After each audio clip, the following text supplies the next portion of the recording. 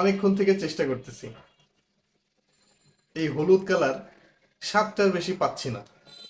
আসলে আমার অবস্থা আর ব্রাজিল ফুটবল টিমের অবস্থা একই। কারণ ব্রাজিল এই 7 থেকে বের হইতে পারতেছে না।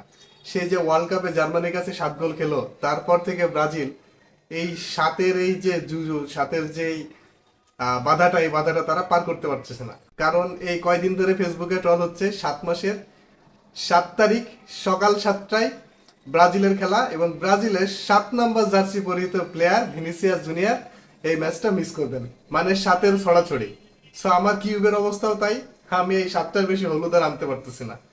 যাই হোক, কথা হচ্ছে যে আজকে সকালে উরুগুয়ের বিপক্ষে ব্রাজিল পেনাল্টিতে, মানে ট্রাইবেকারে তারা হেরে গেছে এবং কোপা আমেরিকা টুর্নামেন্ট থেকে তারা বাদ পড়ে গেল এবং উরুগুয়ে চলে গেল সেমিফাইনালে।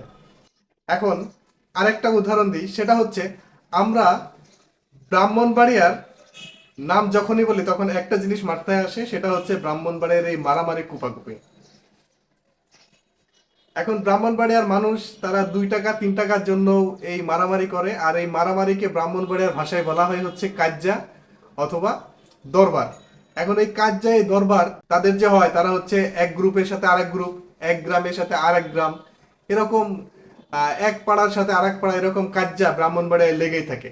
সো এটা এখন বাংলাদেশে পরিচিত ঘটনা, এবং এই কাজ্জার কারণে বাংলাদেশের ব্রাহ্মণবাড়িয়া হচ্ছে সবার কাছে এত পরিচিত। মানে এই কাজ্জার উদাহরণটা দিলাম একটাই কারণে, কারণ কোপা আমেরিকা মানেই হচ্ছে এরকম কোপাকুপি। আর ল্যাতিন আমেরিকা অঞ্চলের খেলা হচ্ছে সবসময় ফিজিক্যাল গেম। এখানে ফুটবলের, আমরা ইউরোপিয়ান ফুটবলে যে দৃষ্টিনন্দন খেলাটা দেখি, সেই খেলাটা হচ্ছে ল্যাতিন আমেরিকা অঞ্চলে আপনি পাবেন না।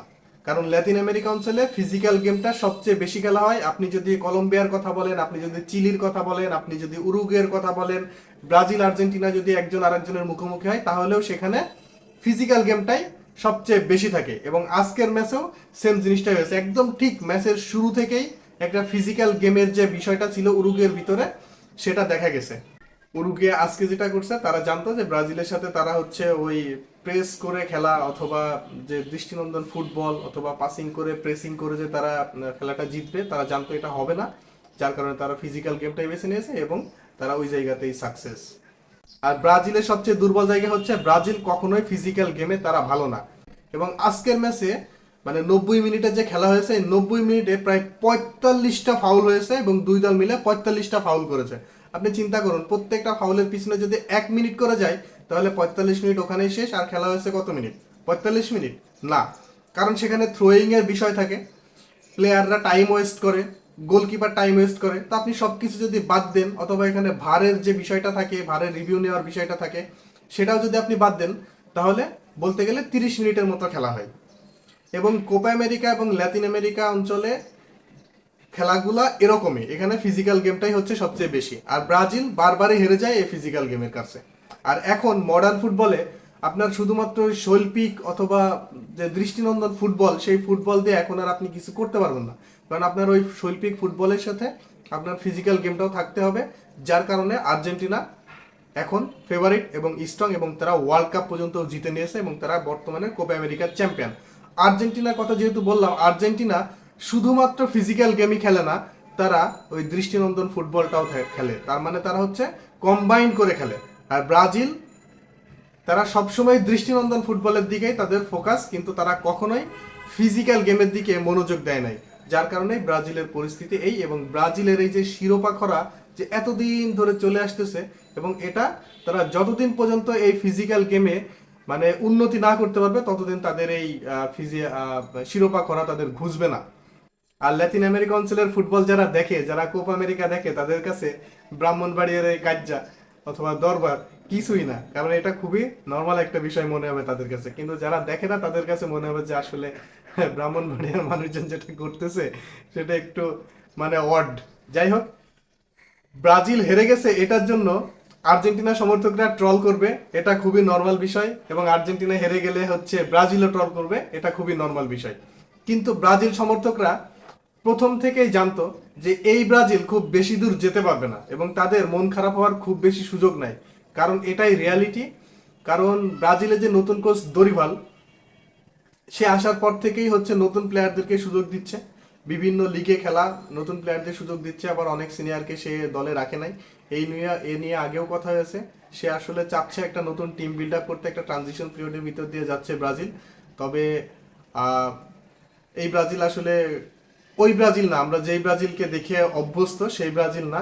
এখন ব্রাজিল তো ফিজিক্যাল গেম পারেই না, সাথে হচ্ছে ব্রাজিলের যে দৃষ্টিনন্দন ফুটবল, সেই ফুটবলটাও আজকের ম্যাচে সিটে ফোটাও পাওয়া যায় নাই, কোনোভাবেই দেখি নাই।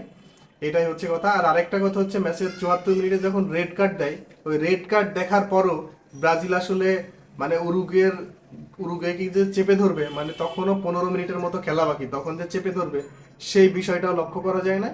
ব্রাজিল সমর্থকরা খুব বেশি হতাশ না, আমার যেটা ধারণা, কারণ তারা আগে থেকেই জানতো এই ব্রাজিল খুব বেশি দূর যেতে পারবে না। তারপরও আবেগ বলে একটা কথা আছে, কারণ আমরা ব্রাজিল আর্জেন্টিনা যে দলেরই সমর্থক করি না কেন, আমাদের একটা আলাদা আবেগ কাজ করে।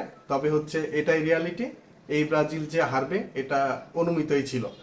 সো এই ব্রাজিল সমর্থকদের জন্য একটা কথাই বলি, ভাই আবেগে গা ভাসেন না, মন খারাপ করার কিছু নাই, কারণ কোপা আমেরিকাতে ব্রাজিল প্রথম থেকেই ফেভারিট ছিল না, এবং কোপা আমেরিকায় আর্জেন্টিনা ফেভারিট। এখন কথা হচ্ছে আর্জেন্টিনার সামনে পথ পরিষ্কার, কারণ আর্জেন্টিনার সেমিফাইনাল হচ্ছে কানাডার সাথে। কানাডা হচ্ছে ল্যাতিন আমেরিকা অঞ্চলের না, তারা হচ্ছে ইউরোপ অঞ্চলের। সো ইউরোপ অঞ্চল এবং ল্যাতিন আমেরিকা অঞ্চলের খেলার ধরন আলাদা, সো ফিজিক্যালি তারা পারবে না। এবং আর্জেন্টিনা ওয়ার্ল্ড চ্যাম্পিয়ন, বর্তমান কোপা চ্যাম্পিয়ন। সো চ্যাম্পিয়নদের সামনে আমার মনে হয় না কানাডা খুব বেশি কিছু করতে পারবে। সো কংগ্রাচুলেশন আর্জেন্টিনা, আগে থেকেই ফাইনাল মোটামুটি নিশ্চিত ধরে নেওয়া যায়। আর এইদিকে উরুগুয়ে আর কলম্বিয়ার খেলা। এখন এই ম্যাচে আর্জেন্টিনার সমর্থকরা হয়তো বা উরুগুয়ের দিকেই সাপোর্ট করবে, কারণ উরুগুয়ে যদি সেমিফাইনালে এই ফাইনালে যদি পৌঁছায় তাহলে সেটা আর্জেন্টিনার জন্যই সুবিধা হবে, কারণ আর্জেন্টিনা উরুগুয়ের বিপক্ষে ভালো খেলবে এবং ইজিলি ম্যাচটা জিততে পারবে। তবে যদি কলম্বিয়া যায় তাহলে আর্জেন্টিনার জন্য ডিফিকাল্ট, কারণ আর্জেন্টিনা যেরকম ফিজিক্যাল গেম খেলে, যেরকম প্রেসিং ফুটবল খেলে, কলম্বিয়া ততটাই ফিজিক্যালি স্ট্রং এবং ফিজিক্যাল গেম খেলে, এবং তারা কাউন্টার অ্যাটাকে খুবই শক্তিশালী। সো কলম্বিয়া গেলে পারে আর্জেন্টিনার জন্য ফাইনাল জেতাটা টাফ হবে, একটু টাফ না, অনেক টাফ হবে। তবে উরুগুয়ে গেলে তুলনামূলক একটু সহজ হবে।